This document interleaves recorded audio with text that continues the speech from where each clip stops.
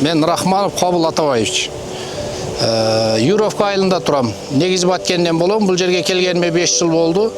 Кукуруз айдайым, картошка, настамеки, основной үчөөнү айдайым. Азыр ошо 3-чү жолку удобренияны берип атам. Мындан алдың 2 жолу бердим. Эмки могу 3-чүсү. Селитра. Буга чейин 1 селитра, 1 мочавина. Ушу барын Байдыкандан алып ошолор менен иштешип атабыз. Жакшы, Кудайга шүгүр, жакшы.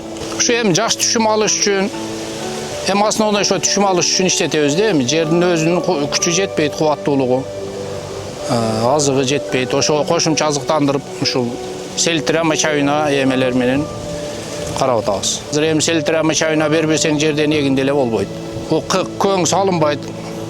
Көптөн бери булар эми көптөн бери көң көрбөсө керек. Ошонун аркасынан жерлер арыктаган, кубаттуулугу жетишпейт. Ошону эми жакшы түшүм алыш үчүн кошумча удобрения, селитра, мочавина бербесек болбой атат. Ошого анан бир жылына 3-4 жолу, 4-5 жолу да эле беребиз.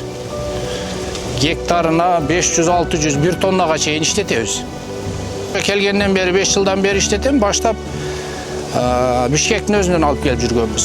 Анан могу элге жакшы жеңилдиктер жардам болсун деп филиалдарын ачып, могу жакындатып берди. Ошодо эле бизге жакшы болду. Жол кирей акысы могу Димитровкага ачылды, анда могу Токмокко.